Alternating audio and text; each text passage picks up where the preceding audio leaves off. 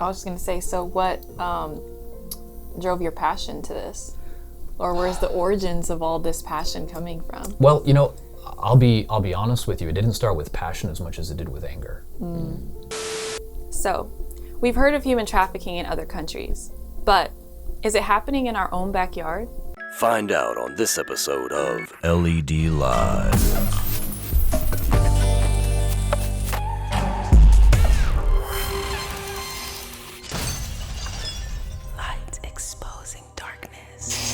Welcome to LED Live. It's a show where we use the light of Christ to expose the darkness found in media and our culture today. We're excited about this show, but before we get into it, we just want to shout out our Patreons and those who donate through our website, and also people who buy our Little Light Studios, or I should say Lightwear t-shirts.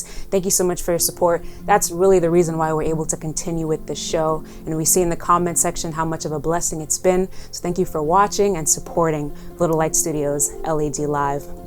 Today we have Alex on the show with us. Thank you for being here. Yeah. You know, a lot of times we hear stories kind of so far removed, like in other places in the world. Little do we know that those same things, tragedies or things that are so out of this world, so to speak, can be happening right here on our soil. So I got to hear a little bit of your story, and I'm just really excited to hear about where you started, where you are now, and of course the future, because there's things that we can do right here to impact not just our world, but the world at large. So let's get started with what you're into right now. Yeah, well, I would say that, I started off just, I guess, like most people.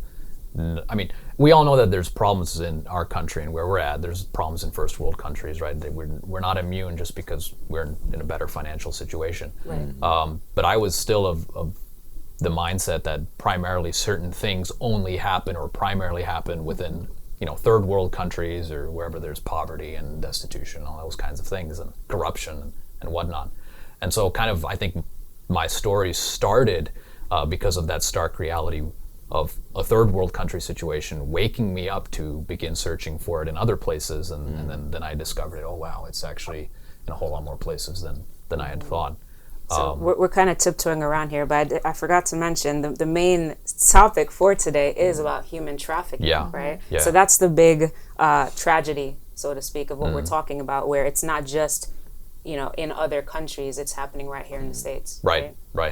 And when it comes to human trafficking, I think a lot of us have kind of maybe, I don't mean it in an insulting way, but we have a very kind of limited view of what that is. And to me, it kind of, over the years of experience, it's kind of presented itself as more as the tip of the iceberg of a lot of more underlying issues. That's right.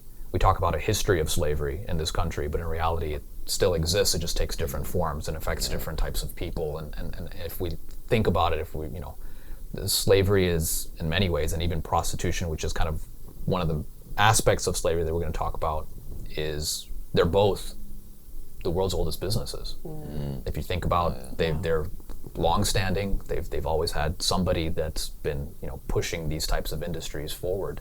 There's never a point in world's history where these haven't existed, where people haven't been taken advantage of for somebody else's gain. Yeah. And so it's it's a sad reality of a world that's fallen into sin. But I think, when let's take the term trafficking, right? Like human trafficking. The word trafficking itself is the movement or illegal movement of objects or goods, right? It could be cross-border, it could be just from place A to place B.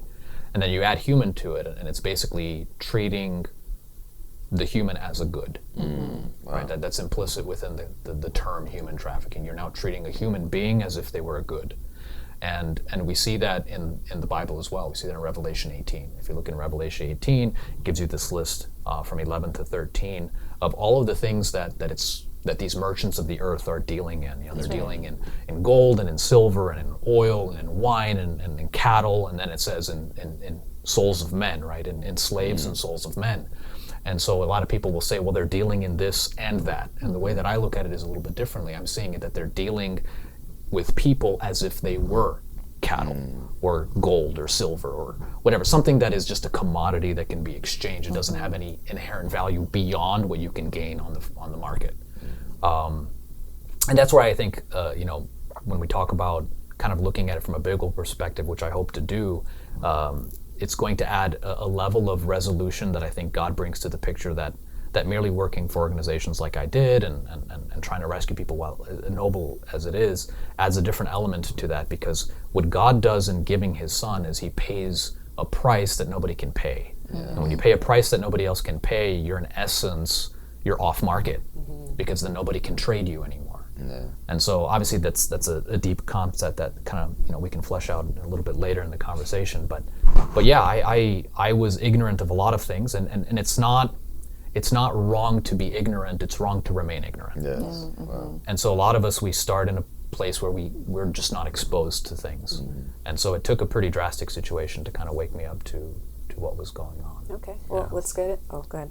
I was just going to say, so what drove your passion to this? Or where's the origins of all this passion coming from? Well, I'll be honest with you. It didn't start with passion as much as it did with anger. And I look at even God in the Bible, where there are certain times where I guess you could say passion was born from a righteous anger, right? People calling out to him, crying out, "I heard the cry of my people," right? And so it's a deliverance. It's like kind of like this zeal to rescue those that are crying out because they're in trouble. And so I think the situation that put me in that was I was living with a friend of mine in Kenya. It was back in 2009. And he wanted, at one point in time, we were working on a project, but he had a friend in Sudan, South Sudan. And he was a pastor. He was taking care of a church that he and his brothers, my friend, who was American, but his parents were missionaries in Africa. He and his brother and his cousin had built kind of like this school. And this pastor, Sudanese pastor, was taking care of it, Pastor Julius, for a number of years, and he didn't even have a house to live in. And so he's like, "Man, I need to build this guy a house." And I was like, "Sure, whatever you want, man. Let's go build this guy a house." And just the way getting to Sudan was already treacherous. It would have taken us 5 days driving to go from where we were in Kenya to South Sudan, near the border with DRC, Democratic Republic of the Congo. It's right on the border there, in a small village called Karika. And I think 3 of the days would have been no roads, or roads that you can barely call roads. Right. Yeah. Potholes that can swallow tanks if you think potholes here are a problem. But quite literally just areas of road washed out, bridges gone, just very, very difficult.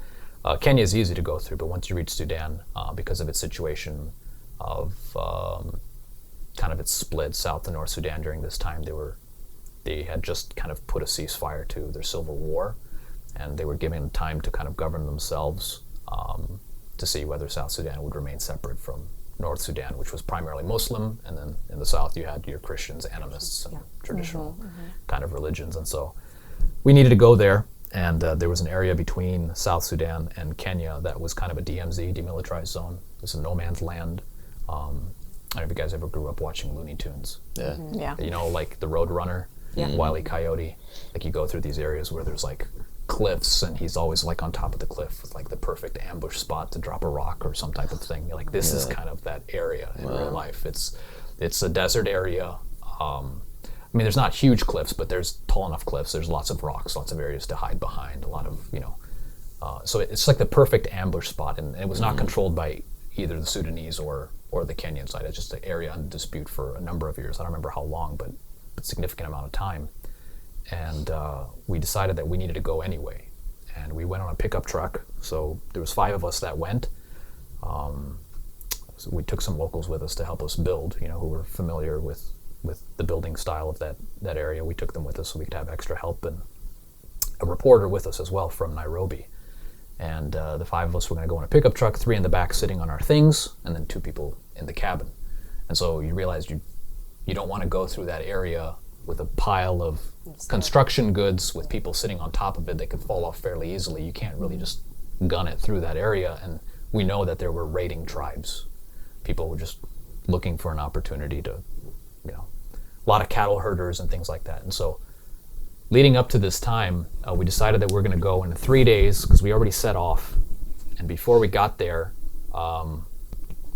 like 2 or 3 days before we got there, there was a raid in the DMZ of a cattle herder tribe against another tribe village, and there were some Kenyan military that were stationed in that place, and they were caught up in the raid, and the local said that some of them were killed. The news official media says nobody was killed, they were just injured. But regardless of what happened, within that 2 or 3 day period of time, the Kenyan military mobilized a vast portion of their military into the DMZ, and that 25 kilometers, which had been undisputed for so long, now became 1 kilometer. And our entire drive there was Kenyan soldiers with their tents and their tanks and their jeeps and all that kinds of stuff, like waving us safely, because they even created a road. Right, they even created a road through most of that area. And so here we were wondering, how are we going to get to this pastor to build him a house? Made a way. And then, with our little faith and our weak prayers, God mobilized, like, I don't know what percentage, but, a good percentage of the Kenyan military into this area that nobody considered it a priority until 2 days before we were supposed to leave and make it to Sudan. And so this was already an answer to kind of showing the power of prayer and that God can move armies. Like we think about, like, we read in the Old Testament, like God moves armies, like God, sets up kings and brings them down, and we just don't see that sometimes, and we kind of question, was that still true? And it's amazing that even at that time it didn't strike us. Only after the fact we're like, wait a second. Did God just move a nation's military just to get us to build a house for Pastor Julius? And and so there was already God's hands and the beginnings of him showing us that there is a conflict and that he has power within that if we are actually calling on him to intervene. We make it to Sudan. We're building a house for Pastor Julius. There's some locals that also came from Karika to help us, work on a daily basis. And I became friends with one of the guys, and there were kids playing there. Obviously there's a school that was there, built for 600 kids, and no men. I mean, there's very few men. Because of the war, a lot of the men leave, a lot of the fathers leave, so these kids were just taken care of by their mothers. And many of them would go to other countries, or they would go to Juba, the capital of South Sudan, and they would come back. Some would come back couple months, some would come back 6 months. Most of them would actually never come back. There was lots of stories of people who would just start other families elsewhere. They would just marry somebody else and start families and never send anything back. And just lots of kids running around. There was a few men, not to say that there were none, but there was very few men. And there was this one girl that caught my attention. My friend would always tease her just because she would get so irritated easily. We were like, what's wrong with her? But when I kind of noticed a pattern that whenever she would start playing with kids, like if it was a girl, like if they were playing tag, for instance, if it was a girl that was chasing her, it was just all normal, right? But if a boy started chasing her, she'd all of a sudden turn aggressive. She'd pick up stuff and start throwing it at him, and or pulling his shirt or things like that. I'm just like, okay, once or twice you think about it, but then day after day you're kind of like, well, why does she keep on? You just notice the pattern. And one day I didn't see her. One day I didn't see her play. And so I asked one of the local guys, I don't remember his name, but he was helping me make cement that day, and church member, and he's like, I asked him, so where's, Crazy Girl? I called her Crazy Girl. I didn't think anything of it at the time. And he's like, she's with her husband. I'm like, all right, dude, that's a dumb joke. And he's like, I'm not joking. And this is a child you're referring to? She's 8 years old. 8 years old. She's 8 years old. Is with her husband? With her husband. Yeah. That sentence doesn't even... It didn't register with him. That's why I thought he was joking. And how old is her husband? I don't remember. It was somewhere in the late 30s, early 40s. So that's around 40 years old. Plus or minus a couple years. And how did he say this? Nonchalant. Oh, she's with her husband. It sounded like sad in a way, but as if I maybe desensitized to the fact that it was normal. And also maybe that there's nothing they could do about it. Wow. And so her mother decided to sell her. And so, it's just what do you do? Her mom decides to sell her to this guy. So is this legal there? I mean, it's not that it's legal, just there's no one to enforce it. The country is in complete upheaval during this time. The SPLA, the Sudanese People Liberation Army, are just creating havoc. They find, they have their own power and whatever, and they're not going to come and enforce this kind of thing. So whether I'm guessing it wasn't within their law to accept 8-year-old marriages, but who's going to do anything about it in the middle of the jungle? So what leads up to that? Is it that the mother is destitute, and it's like, you Yeah. know, she needs money for food to feed the rest of her family? Or is it that men are coming and it's like, you take this money or I'll take your daughter by force? No, I think, you know, I mean, there are situations like that where people will come and they'll demand, like that's probably more the case so in Thailand. Okay. But in this particular situation, it was just her father had left, this woman's husband had left, and he had never come back. And they assumed that he just started another family somewhere else, and that he was never going to come back, and he was never going to send money back. And she didn't work. So it's kind of like, all right, well, how do I survive? Family, yeah. And so, you know, there was a man supposedly who was willing to, you know, give her some money or keep her or, you know, sustain her life, you know, if she was willing to give up her daughter. And I guess that's the deal that she made. So, do you know how much is like the average cost, or is it usually money? Is it trading? Like, I'll give you I'll be year's honest supply with of you, food. like my best guess, and it can happen one of two ways. It could either happen with a large lump of money, sum of money, or it could happen as I assume that it would be like, I will be kind of like, not necessarily your husband, but I'll be kind of like that man that takes care of you for a while. Like a sugar daddy or something. Well, in a sense, because like her husband left, and so she lost the basis of her Like of a her father, sustenance, yeah. right? And so sometimes some people are short-sighted and they'll be like, yeah, just give me some money right now. But there are times where it's kind of like, hey, just take care of me for a consistent basis and you can have my daughter, right? You pay me and she stays with you. Okay. And so the reason that she didn't come to play with the other kids that morning was because, you know, it's the middle of the jungle. There's not a lot there. And so he basically, the guy told me that he just uses soap and water and for lack of a better term, just rapes her. And in the morning, she doesn't get up to play. You know, she's in too much pain. She's 8 years Oh old. my goodness. That's infuriating. And like, that's the thing, was that, you know, I didn't have time to ask questions like, how much did he pay or what did he do or whatever. Like, for me, like, the moment that I found out that was the reality, like, honestly, I wanted to kill the guy. Yeah. I wanted to get up and I was like, just the first question that I wanted to ask was, where does he live? Which Where does he puts live? you in a tough spot. So you all are foreigners in this land. Yeah, no. You get hit with this information. What's your response? Like, well, you know, we went through a lot of trouble just to get a knife into the country. We wrapped because we needed a knife. You know, all of us, we're outdoor guys. We're living in the jungle. Like, we're not going to the jungle without at least a knife. And so the way that we even got across the border is we took knives, we wrapped them in socks, and we put them in the undercarriage of our car and attached them. We taped them to like the tubing, like in our car, because they check everything. Why? Because we are not Sudanese. We don't look Sudanese. And with as many things that have happened there, with as many foreign countries that have taken advantage of them, like, every white person that comes into that country is suspect. Right? There was stories of people who just, one guy who went to visit and he took a river rock, right? And that, because he just liked the river rock. And they were like, no, you're stealing minerals from us. Because they don't know. Some of them they don't know, and they assume that we're there to take advantage of them. And so this is in the back of my mind, and I'm like, I cannot stir trouble here. But I cannot like just go and like break this guy's legs to make myself feel better or whatever. This is a bad idea. And I was not going to tell my friend, because I know that he would not have this level of self-control that I was trying to wrestle with. Since this is not an isolated situation. It's not an isolated situation. Okay. And so it's kind of like, well, how much more of this exists, right? I mean, there's a school of 600 kids.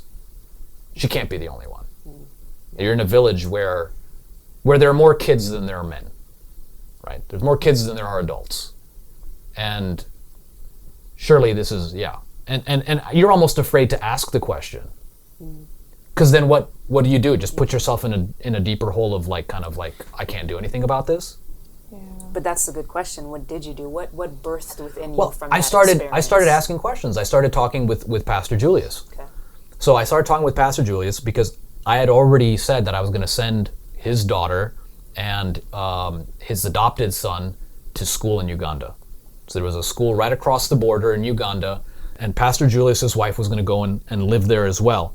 And so I raised money to pay for both of them to go to school, and every year I did it. I sent them money for 5 years to send them to school. And so my first question, right, was saying, okay, I'm going to send Sarah to school, right?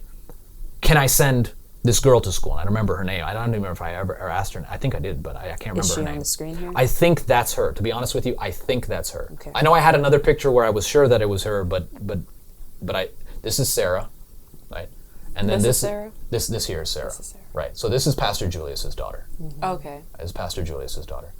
And I assume that this is her because she was always with her baby brother. So whenever she was not with her husband, she was always taking care of her baby brother. Her mother would never be seen with her baby brother. It was always her taking care of her baby brother. Wow. But I said, oh, can't I sponsor her to go to the school in Uganda? And he says, no, you can't. The man won't allow it, and neither will the mother.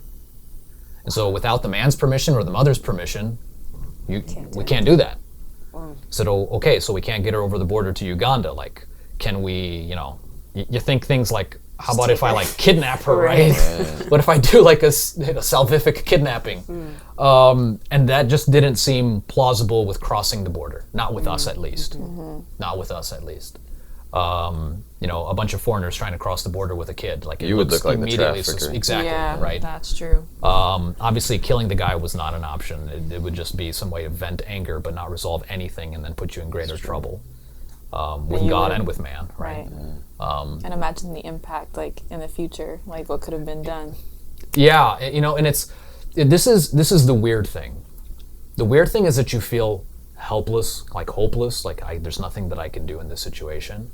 But then at some point in time, I think that you have to come to the realization that okay, maybe that's a relevant way to feel, but maybe that's a stupid way to feel, because at the end of the day, the person who's not helpless is not you. Who's helpless is not you. The person who's helpless is her. Right? Like, I get to go home.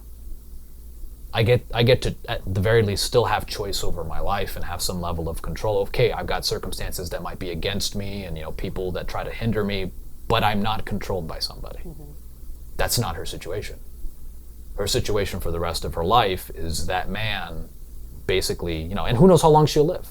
That's another question. Like, in that type of situation, how long do you live, right? And so there's some level of helplessness, but you have to basically put it on the back shelf, because you realize, man, that's not the real helplessness. The real hopelessness and helplessness is her situation, and the way that she's going to feel, which you can't even begin to imagine. Like, I try to figure out, like, there was times where I would just go back over this event and, like, I wonder what she's doing. Like, I wonder how she's feeling, and to be honest with you, I just, in no honest way could I say I can picture that. Now, is it inappropriate for you to have even gone and like talked to her? Not even just about. Well, I didn't see her anymore. Oh. I didn't see her anymore. Did you ever see her? I saw her one time when we finished Pastor Julius's house, and we had a church service right after. And right after the church service, we went back to Juba, which was the capital of South Sudan. And so I saw her come to the church, and that's where I remember the last picture that I took. She was there. She was there with all of the church members. But yeah, I don't, since that point, I didn't, that was the last time that I saw her. She didn't show up to play with the kids anymore after that particular day, and I don't know how long that took, but it's kind of fuzzy in my memory, because it's so long ago how many days was between that and when we had finished Pastor Julius's house. So, but yeah, I remember it was that last picture that I took was the last time that I saw her. So. Did you ever meet her husband? I didn't, and I think that probably was God's divine intervention, that as well. That I never saw him. He never came to church. Obviously he wasn't a member of the church, but yeah. I mean, other people were clearly aware of the situation. I mean, because that dude said she's with her husband. Yeah. I mean, no, people know. Well, Pastor Julius knew. Pastor Julius knew. There's nothing that he could really do about it. He seemed troubled about it as well, and I don't know. When you think about, I considered him to be a significantly more godly man, and the types of things that he did. When you hear the stories that he went through of how he converted, he used to be a rebel, and how he came to God, and the types of just hair-raising things that he went through for for his faith and whatnot, I would not put it by him to have struggled to want to do something. He was not like a coward. He was a brave man. Like he was a real man. Mm-hmm. And so for him to be feeling kind of like there's nothing that he could do in that situation, being a local, you know, it's I can only imagine kind of what might have been the motivations behind that, where, yeah, what do I think I'm going to do, right?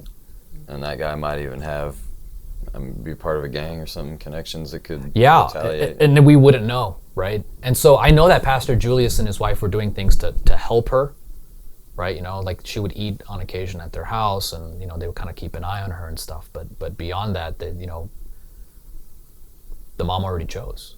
The mom already chose, you know. So heartbreaking. So you go to Kenya with this mission of helping your friend build this home. You're there for a year. You're faced with this situation of human trafficking. Right. But you complete the task of building the home, and now you're back in the States. So where's the connection drawn between seeing what's happening in a different country and realizing that it's happening so here? You know, you start like, okay, where else does this happen, right? So you start reading books, and all of a sudden, you know, there begins to be kind of evidence that, oh, okay, well, it's this happens here and this happens there. You just start searching for articles. You start searching, you know, child brides, or you start whatever. And you're like, you're not going to get articles on Sudan. You're going to get articles on all over the world. That's right. Right. So you start looking at these things, and all of a sudden it leads you to other things, and you know, before I knew it, I was just going to abolitionist conferences, you know, counter-trafficking conferences in the States. I was volunteering at, you know, I started looking at what are some organizations in my city. I was living in Atlanta, and I found out, Atlanta is one of the top 3 cities for trafficking in the United States. And so I was like, wow, this is right in my backyard. So, you know, you hear statistics, you read statistics. You know, over the years, I've become a bit skeptical of statistics. I think that I'm not sure what their you know, ways of garnering that information is, but for me, the situation always been worse than what statistics purport them to be, and statistics just, they fail to convey the personal, emotional, relational aspect of it. It's just kind of like, oh, there's 500,000 kids. Well, for me, it started with 1. Right. I was angry enough just about 1. Mm-hmm. Right? So I don't need to know that there's 500,000 kids, right? Or whatever number. For me, like, I hadn't been set on this kind of path because there was 1 and I couldn't do anything about 1. Mm-hmm. Like, I can't even worry about other 499,000 if that was the case. Wow. And so, you know, I started volunteering, and I got involved with, after going to a few conferences and volunteering with some different places, there was a particular organization, I believe it was called Street Grace. And it was just, it wasn't anything other than just bringing other people who were passionate about it and other organizations within the area kind of together to a table to discuss. And that's where I got my connections to other organizations. And then I eventually met a guy named Jeff, who I started with him. He was a lawyer he felt a passion for it, and he wanted to work with starting a 24-hour call center for victims of trafficking. There was nothing that was specific for victims of trafficking. And he had worked with a place called the Atlanta Dream Center, which started a project a number of years before called Princess Night. And it was basically just going to the streets where they knew that trafficking happened, right? Mm-hmm. It was an area that was a lot of truck stops, a lot of warehouses, you know, some adult stores, some things like that. And you know, if you go there late at night, you'll see them walking the streets. Every city has a place where people know that they can go. There's some, you know, seedy motels and some whatever where you can just, you know. Just for clarity, you're talking about trafficking, or because what's the difference in like trafficking and prostitution? Okay. Prostitutes primarily are considered victims of trafficking, and the reason why is because most of them are not there by their choice. Mm-hmm. Right. So I guess we've watched movies like Pretty Woman, where it kind of try to glamorizes prostitution, like, oh, I want to go be a prostitute in Las Vegas or something like that. That's not the reality for a majority of people that are there. Right. So a lot of them were in bad situations economically, but I would also say relationally. So there's a history of either familial abuse or even close family, people who have abused kids or things like that, 95% of the people who end up on the street have a history of abuse. That doesn't necessarily mean sexual abuse. Could be physical abuse. Could be, most of it is actually neglect. The parents aren't there. Yeah. And so that leaves the kid vulnerable. And so a pimp will know exactly how to prey upon that. They'll go to neighborhoods where it doesn't necessarily have to be a poor neighborhood. It could actually be a fairly affluent neighborhood. And they can go to the mall. And they'll just, I mean, one of the tactics is to look at girls that are in odd numbers, because usually if you have 3 girls, one's kind of the odd one out, you know, just like that third wheel or the fifth wheel or whatever. So they'll look for odd numbers of girls, and they'll categorize them into 3 basic categories. And that's like the materialistic girl, the one that's always looking, you know, at the pretty dresses and the shoes and the things and just wants that stuff. The one that has kind of like the daddy issues, and then the party girl. And so you appeal to each of those in different ways, you know, like, oh, you know, I saw you looking at that, maybe let me buy that for you, whatever. You know, those girls, they don't deserve you. They're not paying attention to you, but you know what? You're so beautiful. You're so whatever. Just start this flattering type of language. You know, for the girl that has the daddy issues that you can kind of tell has like some emotional baggage, like he'll approach her kind of like a father figure, and you know, try to encourage her and say, you know, I can fill that void in some ways. And then they reach a point where the trust has been built over a period of time. He's bought stuff for her. He's taken her to the clubs to, you know, hey, I can get you in through the back door. Don't worry about ID, stuff like that. Just, you know, they become very good at kind of psychological games, and grooming. So they're grooming them over the process, and then what happens is they'll fall into some made up situation where they need help now from her. I've done so much for you. Can you now? You know, after after I've done for you, will you just do this one thing one time? And they just need it to happen one time, and from that point, it's a spiral downwards. I think that's interesting because we hear a lot of stories about just like you're walking down the street, someone snatches you, and then you're sex trafficked or that's. I'm not saying that doesn't happen. It does happen, but there's two ways that it can happen. I would say, I mean, I can't say of a certainty everywhere, but I would say in the States primarily you would have grooming over snatching. In other places, snatching might be easier, where you don't even have to groom anybody. But there's certain places where the poverty is so that you don't have to do either. You just go up to the parents and say, hey, listen, I'll make a deal with you. And there are places like that, South Sudan, you know, Thailand, Cambodia, Vietnam. There's certain remote villages in the middle of the jungles places where you can just say, hey, listen, you know, I'm going to take your daughter. She's going to have a life in the city. Here's some money. Right, don't worry about the rest. Most pimps will do is have their... I don't want to say clients. Yeah, they're workers. They're workers. Oh, they're workers. Okay. Well, no, because sometimes pimps will have like the girls go out, and then the girls have to bring back a certain amount of money. Yes. But you would still consider them prostitutes because it's not like they just have a pimp right on their neck. Like they don't. Yeah. So what happens is that, once again, this is how kind of it works in the States generally. There's a hierarchy that I kind of created of human trafficking just to kind of help me conceptualize and kind of what I experienced over the years. But normal, I guess, like street pimps or stuff like that, they'll have something that they call a stable.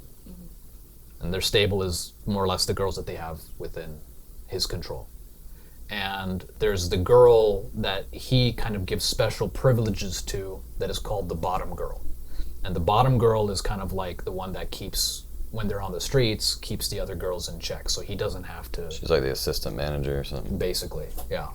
And so he, you know, through establishing that kind of hierarchy, is able to kind of back off, kind of go hang out with his buddies, do whatever, and know that in the morning she's going to show up with the money that they want.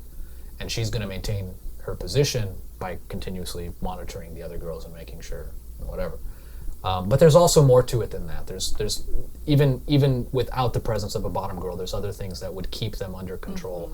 Dependency, right? And that could be emotional dependency, drug dependency. Like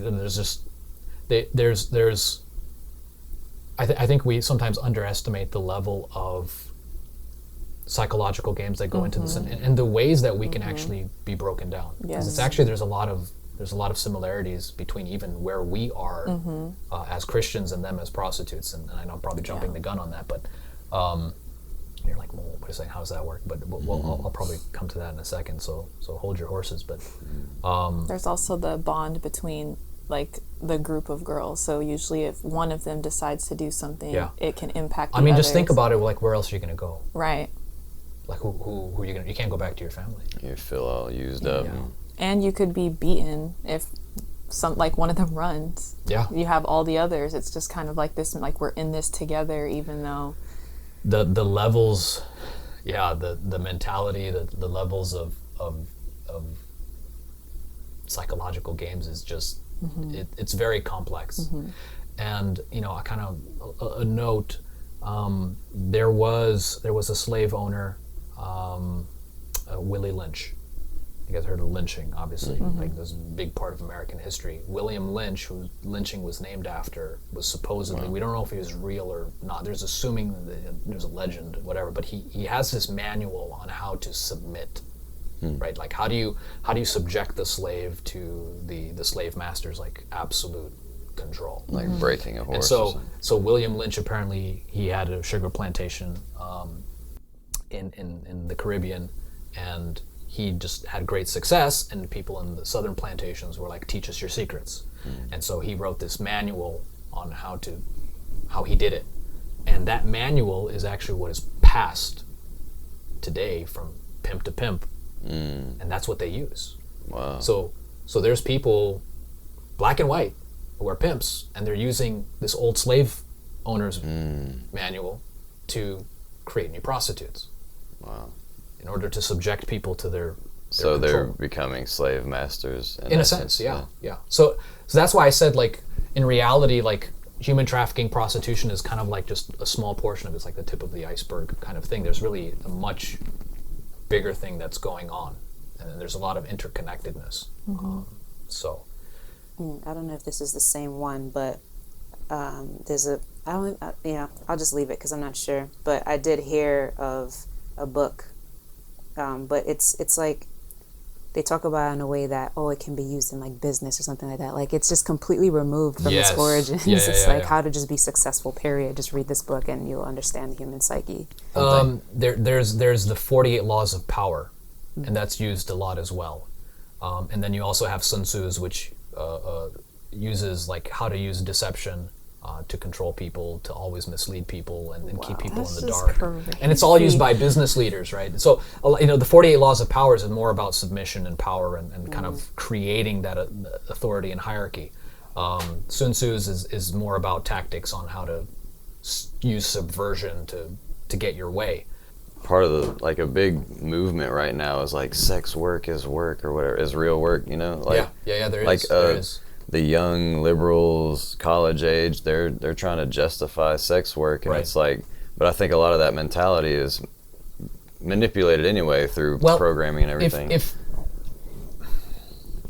And I didn't touch upon this, but if I were to ask you hypothetically, if you were a slave master, what type of slave would be the best type of slave to have?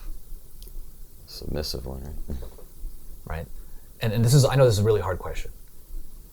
And the conclusion that I could come to is one that wants to be a slave, or one that is convinced that his or her slavery is freedom. There you go.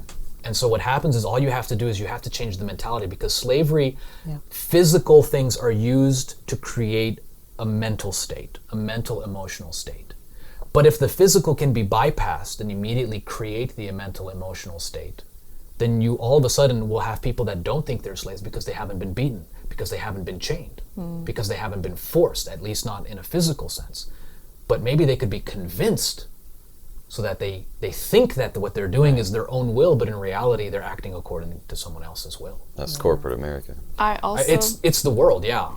So I also watched recently like this Vox News kind of like mini documentary of how they were saying that they wanted prostitution to be legal because it's safer for workers, because they can actually go to the authorities when something bad happens, versus like you reporting it and nobody believing you, or you get put in prison because you're doing illegal So that's what they activity. thought about the red light district in Amsterdam.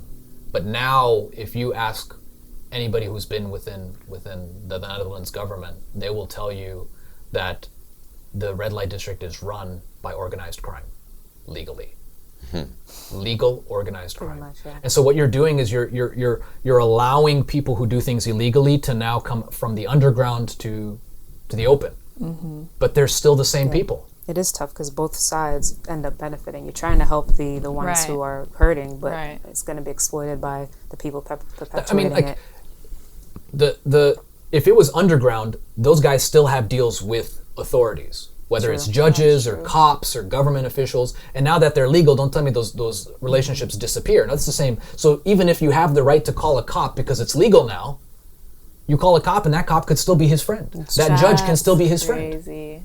Right? Well, question about that, because, okay, so in this country, we have the DEA, right? Yeah. So if there's a crack house or maybe someone says a tip that there's drugs being distributed in such and such an area, the DEA steps in and tries to diffuse a situation. Is there such agency or government anything in regards to human trafficking or prostitution? There was going to be one.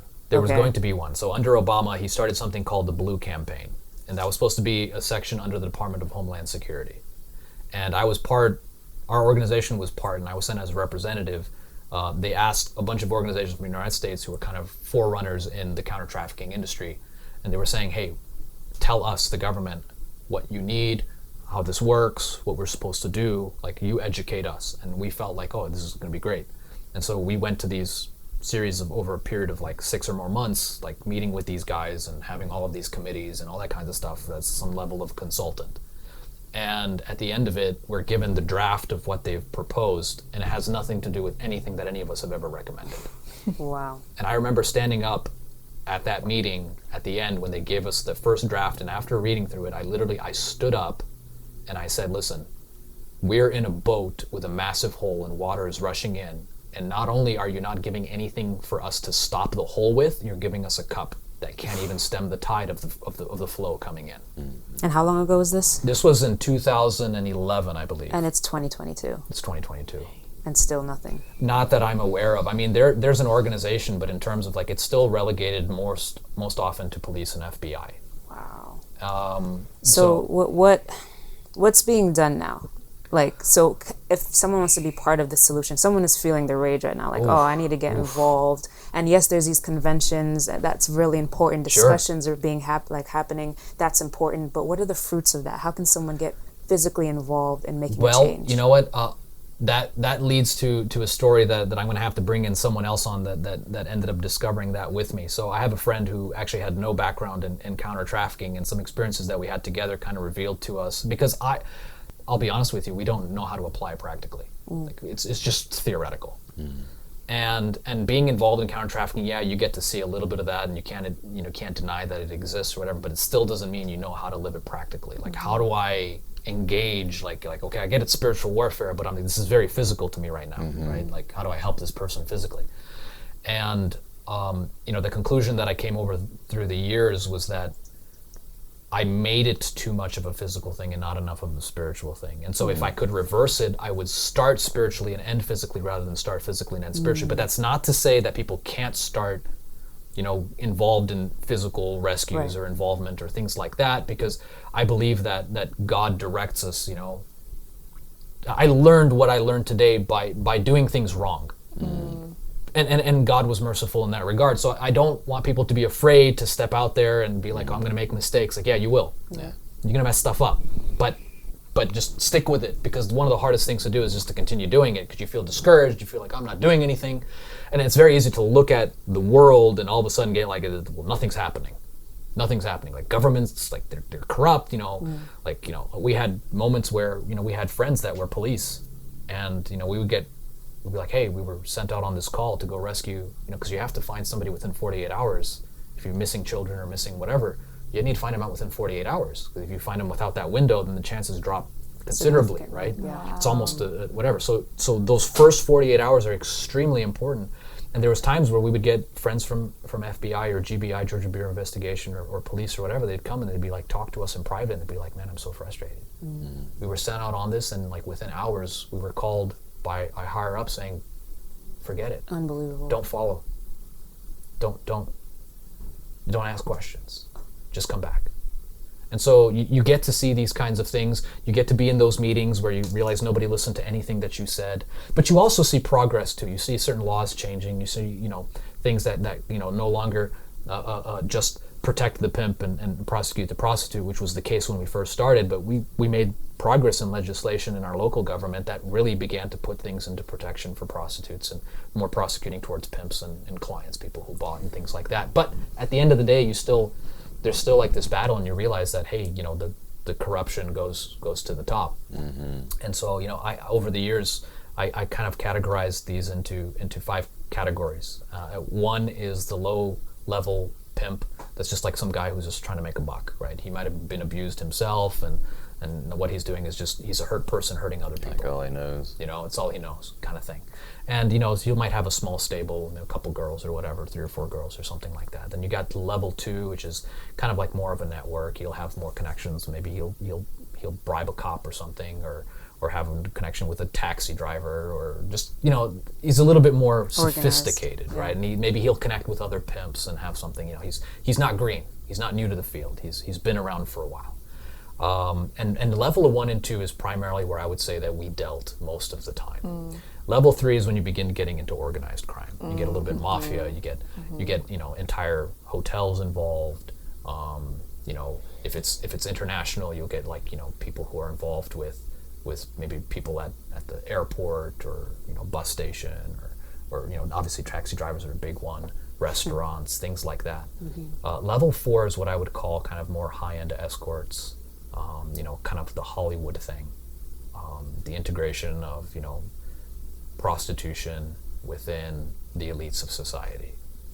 And level 5 is what many people don't think it exists, but just my thought that it does, and I've had evidence to believe that it exists, is that it's just ritual satanic worship. Same thing that you see in the Old Testament of people sacrificing their children. Do not sacrifice your children unto Molech. Do not cause them to pass through the fire. Do not do these types of things. That's the same type of religions that we think that those are just relegated to the past. I believe they still exist. In other countries. Here. Really? I would say that they exist more in first world countries than in third world countries. Level 1, 2, and 3, third world countries. 4 and 5, first world countries. But places like India still have temple prostitutes. Sure. But that's not the same as there's a difference between killing people, though. There's a difference between prostitution and kidnapping people. I see. Okay. And using them for rites where they end up dead. That's why I say that's level 5. I mean, that's some really freaky stuff. Yeah. And then people will be like, no, that doesn't happen. And we have more than enough evidence to say that it does. Right? And so, obviously, this is not the scope of this particular conversation, and many of the things that I say could to you be claims that you don't necessarily have to believe, and I would say, well, you're wise in not believing somebody's claims immediately. So you do need evidence for all of these things. And so I'm just speaking because I have the background. I can't convey all of that to you. And so I'm not expecting you to believe everything that I say, but take it within a certain context, right? We're forming a puzzle here. Like it's hard to always look at a piece and be like, okay, that makes sense, until you actually begin to have the whole picture. And all of a sudden, within the context of what's really going on, that piece now fits. Yeah. I can believe that now, not because I have these facts, but I can believe it because it fits in with so many other things that create this picture of like, wow, that's really what it is. That's like the point of it. That's why it's existed for so long. And so that's kind of more of my view. Yes, there are individual facts and evidences that point to that and experiences, but also fits within a larger context of, wow, it doesn't make sense without that particular piece. Well, to deny that's basically just like saying the devil doesn't exist or something. In many ways. I mean, right? And so what the Bible tells us, he's the God of this world. He's the one that offered Jesus all the kingdoms of the world. Just do this. And he wants you do this and I'll give you this. Well, see, that's the difference. That's the difference, is that everything that Jesus does, Satan has a counterfeit for it. So when you have these Old Testament things of people sacrificing their children to appease the gods, it's the very opposite of what God is like, because Satan knew that God would sacrifice himself. And so there's still sacrifice involved, but rather than you sacrificing yourself, greater love has no man than this, that a man lay down his life for his brother. Satan's way is, you sacrifice them for me, right? So the mentality is a reversal. You don't sacrifice yourself for others. You sacrifice others for yourself. And so if you want more power, you got to sacrifice more. And so it goes beyond just at my level, us plebeians, where we're just kind of like, I'm gonna step on you to get advancement in my job, right? I'm gonna malign your character. I'm gonna undermine you. I'm gonna censor you or make up stories about you and gossip about you so I can advance in my career. That's technically, I'm sacrificing you for myself. But at the higher levels, it actually turns into more than just that. It turns into actual, like, no, I'm going to sacrifice people. And I know that's a pretty dark subject. But I have 2 questions. Yeah. Number 1, if you see something bad happening to someone and you don't do anything about it, does that make you partially responsible? Well, Ezekiel tells us that it does. So what can you do?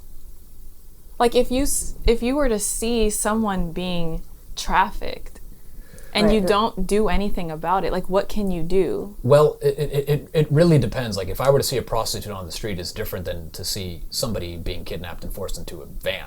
Like, if I saw somebody either being raped, if I saw somebody being, like, wrestled down, if I saw somebody being pushed into a van, that is an immediate action that I could take counter to that, right? But the problem is that even in cases where I had to teach people to defend themselves and others in issues of, like, rape, like, you would have to say something like fire. Because if you say rape, most people will actually run away because they don't want to be involved. They don't want to do anything when they see those types of situations. So if you're a person that wants to see help or get help in that type of situation, let's say it's happening to you as a woman or even as a man, because it happens to men too, like, for you to actually get somebody to help you, you can't even say rape. Wow. Because most people will run away. You have to say, oh, fire, why? Everybody will run to fire. And the moment they see, they're legally responsible. There's no more deniability, right? And so when we see it, we have that responsibility, not because it's legal, but because God has told us to be responsible. But in a sense of, like, prostitution, where you see somebody just kind of on the streets, that's a very different case, because that is something that you actually have to build trust with that person.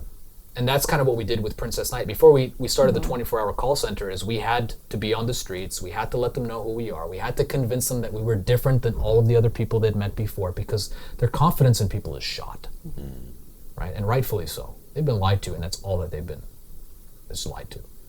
And so you have to build that trust, and then you have to say, listen, like, I hope that I've gained your confidence. If you need help, like, call this number.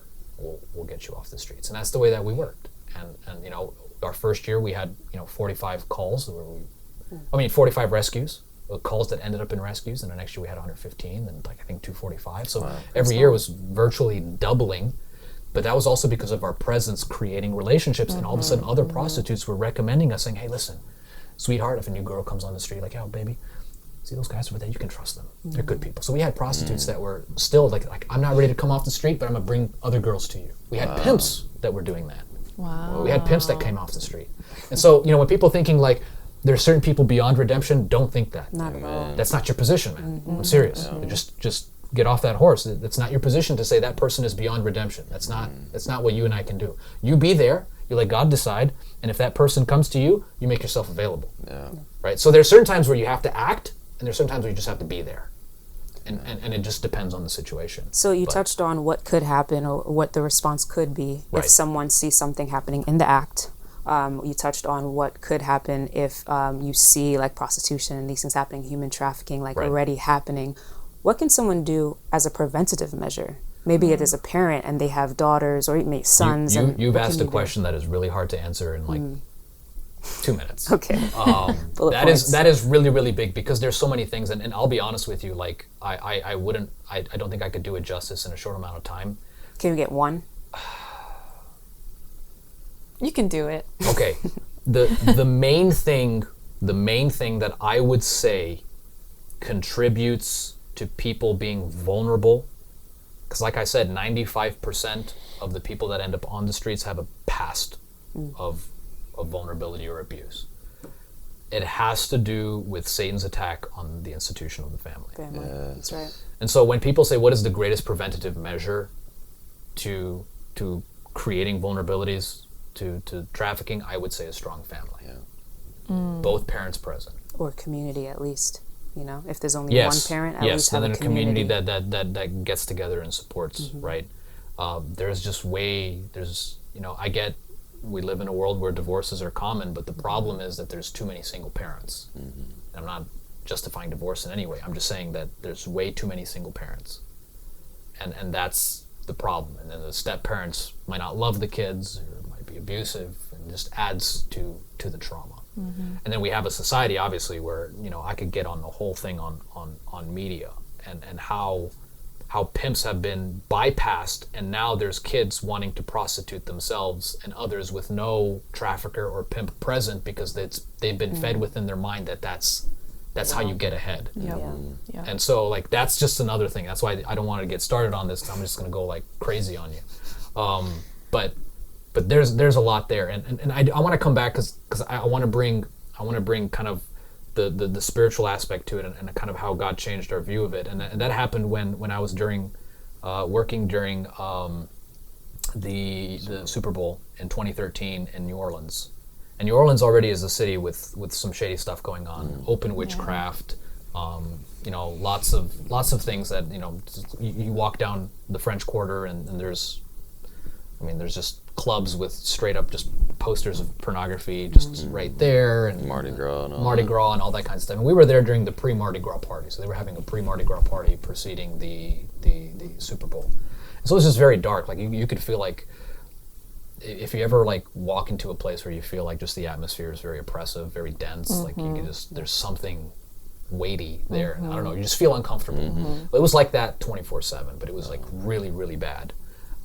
We were up until 3 or 4 at night. We were calling numbers of pimps, and the way that we did it is we went through Craigslist and back pages. We knew what to look for. We were looking for numbers that were not Louisiana numbers that came from out of state, but were advertising themselves kind of for companionship within Louisiana. So there was an interstate trafficking case which we could submit to the FBI. We were calling these numbers. We were trying to if it was a pimp, we would hang up. If it was a girl, we'd talk to her, because some girls would bring themselves, and so we'd be like, hey, why are you here?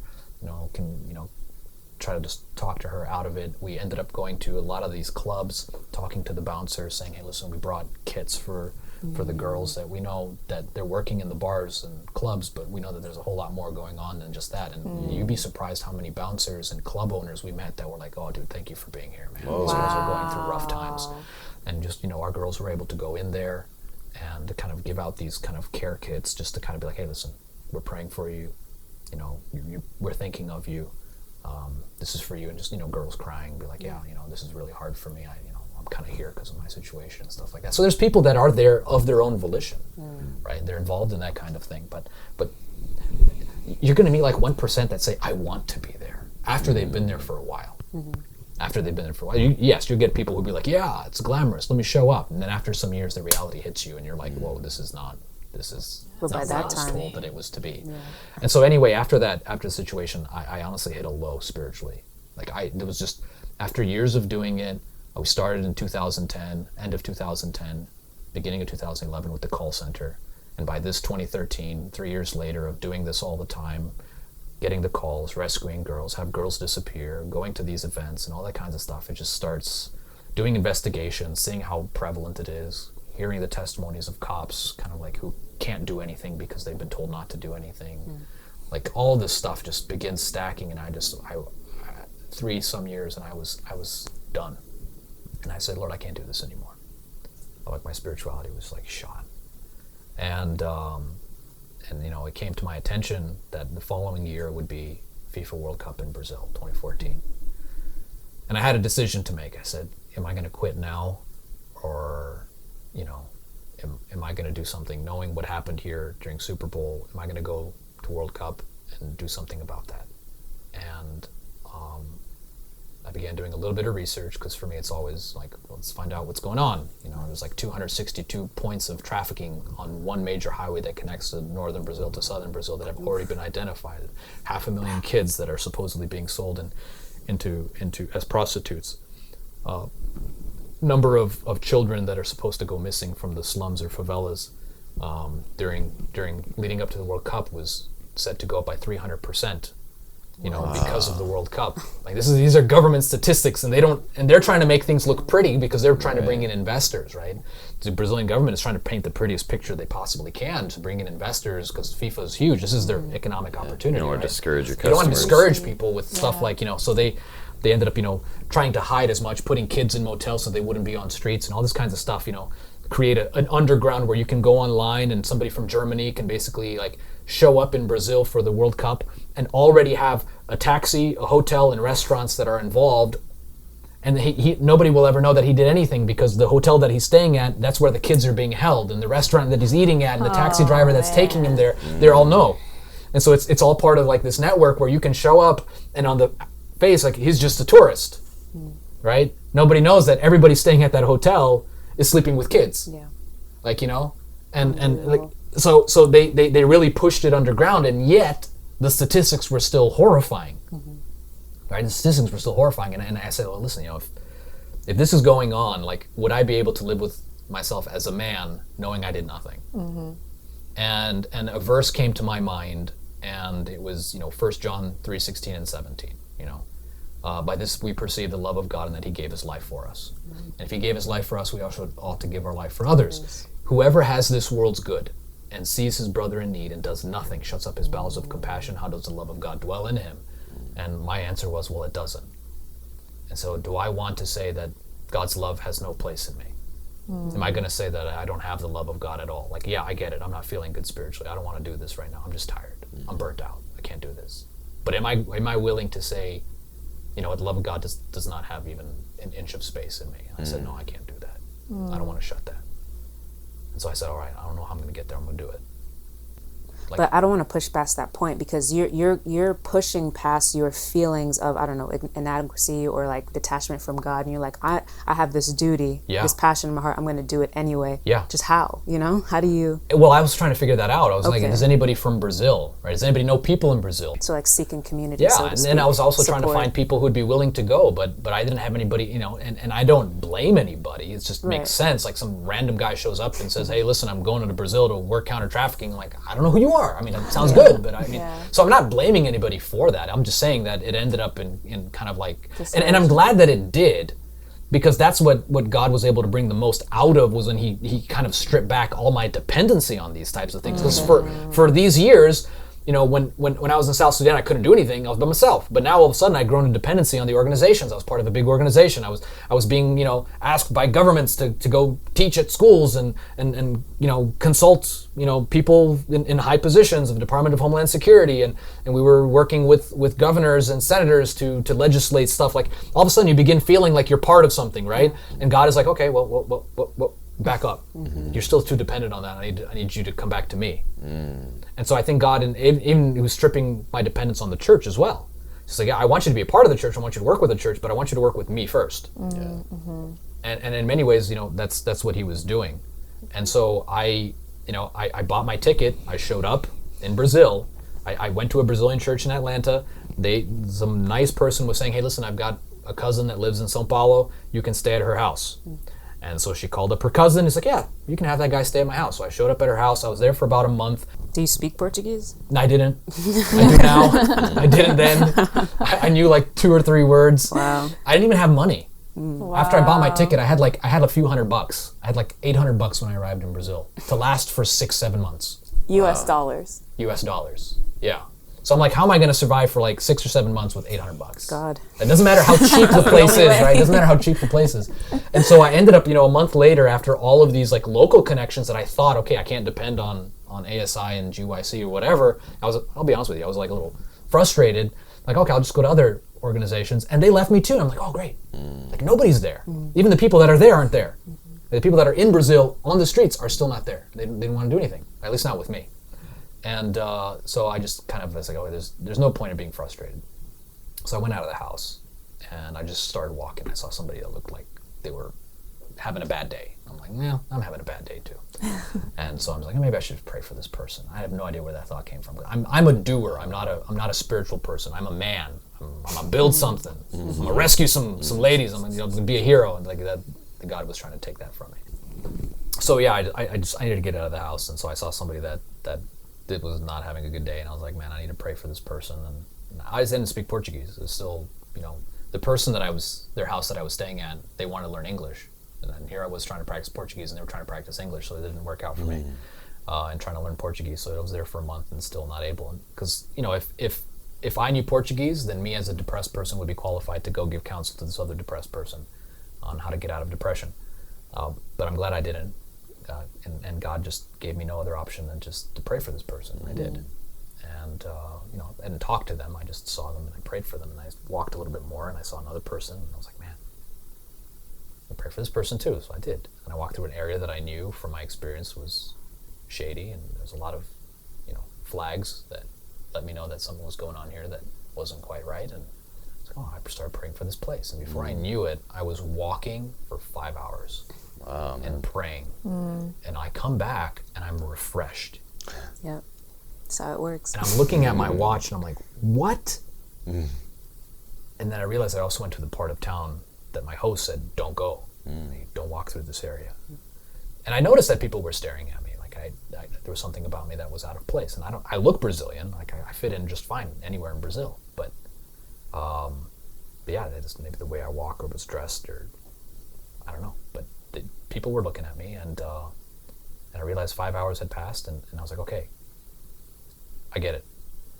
You were trying to take back all my dependencies on all these things. You want me just to walk with you and doing something that only you and I can do together. I said, all right, I'll make a deal with you. I'm going to go to all 12 cities that are hosting the World Cup, and I'm going to walk through as many slums that I possibly can, around as many neighborhoods and even around the perimeter of the cities. I'm going to walk around the stadiums, because I remember what it was like being at the Super Bowl. I'm going to pray for the stadiums. I'm going to pray for these places, and all you need to do is show me the exact people you want me to talk to. You got to teach me Portuguese. You got to help me with money, and you got to bring me somebody, because I'm not going to do it alone. And just one more other person. When you walk and pray, like, it's good to have one other person, a prayer partner. Build each other up. Yeah. And so that's kind of where that next chapter of the story began, and where God began to peel back kind of like the veil of things that I had missed up until that point. Wow. Yeah. Wow. And we're going to hear that story in a different episode. Yeah. Looking forward to that. Thank you so much, Alex, for all this. I mean, it's such a wealth of knowledge. Someone who has sat through this and heard, maybe they have a friend that came to mind that needs help, or maybe they just want to get involved, or maybe they want more information and our show isn't enough. Yeah. What resources can they? Well, if you have somebody that is within the Southeast, and I don't know how much it's spread because I haven't been in contact with them, but Out of Darkness, if you go to outofdarkness.org, that was the organization that I worked with years back, and the call line I know is still operational. They still have the 24-hour hotline and the rescue center and all that kinds of stuff, and they work together with the Atlanta Dream Center. I know they're still very involved. So if you're in the Southeast, that's really a primary resource. If you know somebody who's in that issue, or even if you want to be connected with other people in that world, it's a really good place to just, because they work with multiple organizations, and they build relationships, and this world wouldn't exist without relationships between. There's less competition. It's not like you're working there, we're working here. It's kind of like, no, this is a big problem, we need to work together. And so that's one thing that I think you'll find in once you get involved. Anywhere else, I'm afraid I'm not as familiar with it. You would just, it comes with just creating some level of familiarization, like just awareness, and you'll notice that once you meet somebody, the world is very small. They'll know somebody else or some other thing, and then that's the way that I learned it. It's just I started going to different places, and then I learned which ones I wanted to work with and which ones I didn't. And I didn't memorize all of America's, but I wish I had kind of a list of all of them. But I feel bad in giving a list if I didn't work with them personally, makes sense. because then I couldn't recommend them. Because I will say that there are purposeful organizations that have started up in the name of Jesus or as a Christian, whatever, to say that they're there to help, but are purposefully there to re-exploit people. And it's another just kind of issue in and of itself, but you do have to be careful, because as we'll learn later, we're messing with people that Satan thinks are his property, and he doesn't take lightly to people who step on his territory and try to take what's his. So there's a level of caution, but also a level of hope, because I think God will make you more dependent on him than in almost any other situation. So. And prayer is powerful. Oh yeah, you're going to find out that even as a stubborn man like me, prayer became the thing that I was like, man, but yeah, no, God had to slap me upside my good old head. Well, with that, everyone, I encourage you to get on the app, APP, Awareness, Prevention, and Prayer. Utilize all three of those. Actually, in fact, if you made it to this part of the video, blow up the comment section with those three letters, APP, Awareness, Prevention, and Prayer. prayer, get people curious. Oh, what are they talking about? We're going to continue on with this conversation, and if you're interested, we have episodes coming up talking about human trafficking, talking about the stories of Alex and his partner, and possibly how you can get involved or get more resources. Thank you so much for watching. Please continue in prayer with us for the people within this human trafficking experience or problem, and also those fighting against it. And we pray just a prayer of protection over those people who are not in that world yet, that the heavenly hosts will prevent the devil's attacks in getting people involved in this lifestyle. So again, thank you so much for watching. Links to our social media platforms to support us on Patreon, our website, and our t-shirts will all be in the description below. And we'll see you next week on LED Live. Bye-bye.